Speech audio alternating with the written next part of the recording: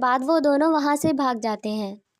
وہ لوگ پھر سے منصوبہ بناتے ہیں کہ اگلے روز پھر سے وہ جنگل میں سے اس کا ایک گدھا اٹھا کر لے آئیں گے۔ یہی سوچ کر وہ لوگ رات کو سونے جاتے ہیں۔ تبھی چڑیل عورت وہاں پر آتی ہے، مگر گدھے کو نہ دیکھ کر پریشان ہو جاتی ہے۔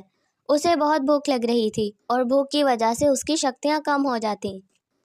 وہ سوچتی ہے کہ لگتا ہے اس بار اپنی خوراک کا انتظام خود ہی کرنا پڑے گا۔ چنانچہ یہ سوچ کر وہ بھی اگلے روز جنگل جانے کا منصوبہ بناتی ہے اور جا کر سو جاتی ہے۔ صبح اٹھتے ہی چڑیل عورت اس آدمی کے پیچھے پیچھے جاتی ہے اور جنگل میں جا کر چھپ جاتی ہے۔ وہ دونوں بھائی بھی اس گدھے کے بیوپاری کے پیچھے پیچھے گدھا چرانے کی نیت سے آ جاتے ہیں۔ وہ لوگ بھی ایک درخت کے پیچھے چھپ جاتے ہیں۔ بیوپاری آج اپنے گدھوں کی سخت نگرانی کرتا ہے۔ کافی دیر تک ان دونوں کو کوئی موقع نہیں ملتا کہ وہ اس کا گدھا چرا کر لے جائیں، مگر کافی دیر نگرانی کرنے کے بعد بیوپاری